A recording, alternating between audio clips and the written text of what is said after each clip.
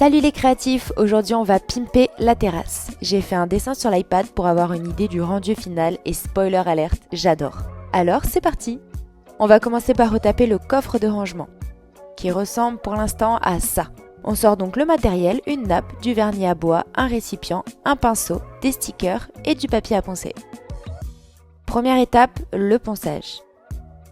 Avant de poncer, on va d'abord s'occuper de ce plastique blanc horrible qui s'effrite sur toute la terrasse. Je teste donc la manière brute en essayant de l'arracher, mais on va plutôt faire la manière soft en dévissant toutes les attaches qui nous serviront ensuite. Ça fait du bien de mettre ce truc à la poubelle. On passe un coup de balayette à l'arrière et à l'avant. Et on peut maintenant se concentrer sur le ponçage. On sort les muscles et c'est parti. J'utilise du papier à poncer gros grain. L'objectif ce n'est pas d'enlever toute la peinture rose et de faire un rendu parfait, surtout à la main, franchement c'est une bonne séance de sport haut du corps. Je souhaite juste enlever le maximum de peinture qui pourrait se décoller à l'avenir. Ça va permettre au vernis à bois de mieux tenir et à faire un rendu plus naturel, plus brut. Vous allez voir, le résultat est très cool. Je range tout et on passe à la deuxième étape, le vernis à bois. Je mélange avec un bâton le vernis et j'en verse dans mon récipient. J'ai choisi un vernis à bois teinté marron justement car je savais qu'il allait rester de la peinture et je voulais un effet bois foncé. Comme d'habitude, je vous mets toutes les infos en description et j'en profite pour vous dire que si vous voulez vous abonner et liker la vidéo, n'hésitez pas, ça fait plaisir. Je passe une première couche avec mon pinceau bien imbibé de vernis. J'attends quelques heures que ça sèche et je rajoute plusieurs couches. Petit à petit, le bois fonce et on commence à voir la teinte finale. Pendant que ça sèche, on passe à la troisième étape, les stickers type mosaïque marocaine.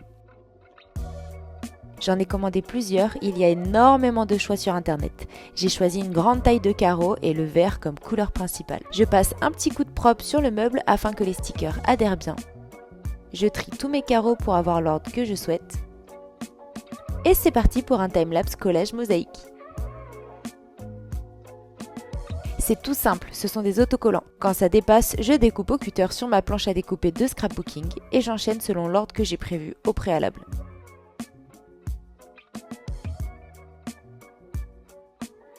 C'est tellement satisfaisant à faire, je me régale. Et à ce moment-là, il fait un peu frais, donc je vais chercher un pull, mais tout d'un coup, je dois tout ranger parce qu'il pleut tempête.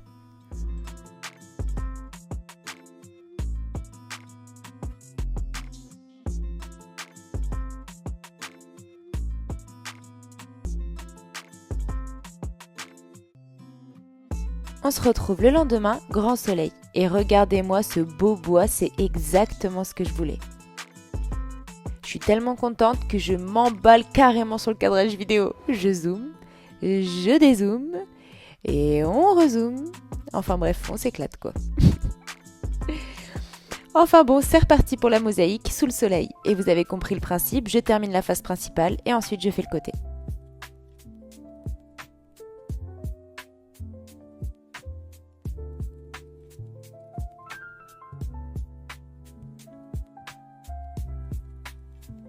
Avec l'humidité de la pluie et le soleil qui tape sur mes stickers plusieurs heures par jour, j'ai remarqué que ça n'allait pas être durable dans le temps, évidemment.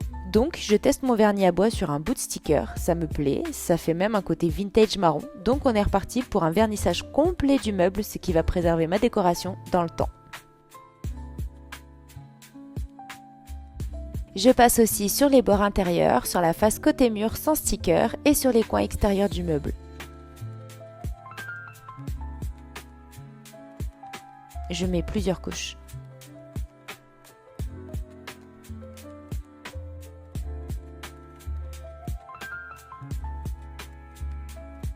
On laisse sécher et on passe à la quatrième étape, le revêtement en nature synthétique. Voilà ce dont on a besoin, 2 morceaux de faux gazon. Je prépare les fixations que j'avais enlevées la veille et je place les 2 feuillages artificiels. Je fixe les attaches petit à petit avec un tournevis en aplatissant bien mes 2 morceaux.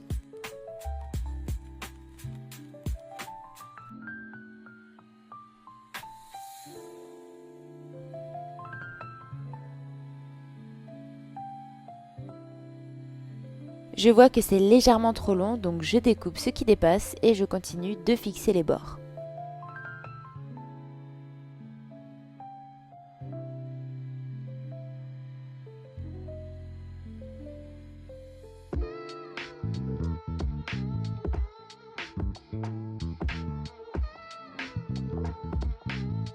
Afin que les deux morceaux soient bien accrochés ensemble, je prends des petites attaches métalliques et je les enroule au centre.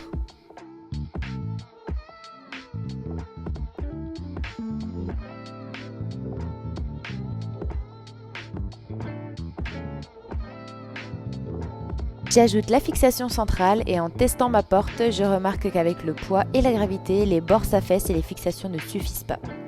Je me munis donc de clous et d'un marteau et je pince mon faux gazon contre le bois en n'enfonçant plus en pliant les clous.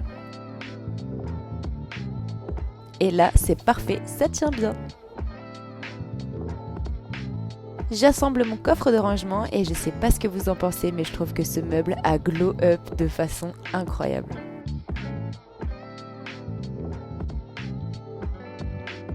On passe maintenant à la décoration de la terrasse et pour ça, on ajoute un fond naturel avec une séparation imitation lierre. Et vous pouvez voir que je suis d'une grande aide pour Jonah qui s'occupe des mesures de la corde. Ma valse est terminée, les mesures aussi, on peut s'y mettre. Pendant que je tiens les séparations, Jonah accroche la corde en haut, puis je fais les accroches basses. Évidemment, toujours sous le regard affûté de notre chef de chantier Malo. On passe au jardinage. On avait 2-3 plantes à rempoter, donc on en profite pour le faire. Ne jugez pas nos jardinières, oui, on a des mauvaises herbes, mais on les aime, nos plantes sauvages. Il y a quelques mois, on a laissé des glands dans nos jardinières et magie, on a découvert un petit chêne. Donc, on va le laisser grandir en augmentant les pots au fur et à mesure de sa croissance et un jour, on ira le planter en extérieur dans un endroit qu'on aime. Mes parents nous ont offert de jolies fleurs, donc on les plante et on fait propre.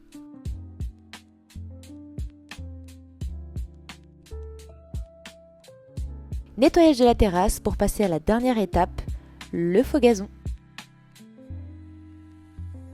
Si vous vous demandez ce qu'il est en train de faire, il est en train de vous faire un magnifique cadrage pour vous présenter le gazon. Comme vous pouvez le voir, on est vachement prêt pour les placements de produits. De vrais youtubeurs. Et c'est parti, on le déroule et on le place au sol. Autant à l'intérieur qu'à l'extérieur, j'adore être assise par terre sur des tapis et c'est d'autant plus sympa pour jouer avec les chats. En parlant de chat, ce que vous voyez au fond en bois flotté, c'est un arbre à chat que nous avons fait maison avec mon père. J'aurais tellement voulu vous faire une vidéo YouTube, mais je n'ai pas filmé en temps voulu les étapes de la confection. Voici le peu d'extraits que j'ai.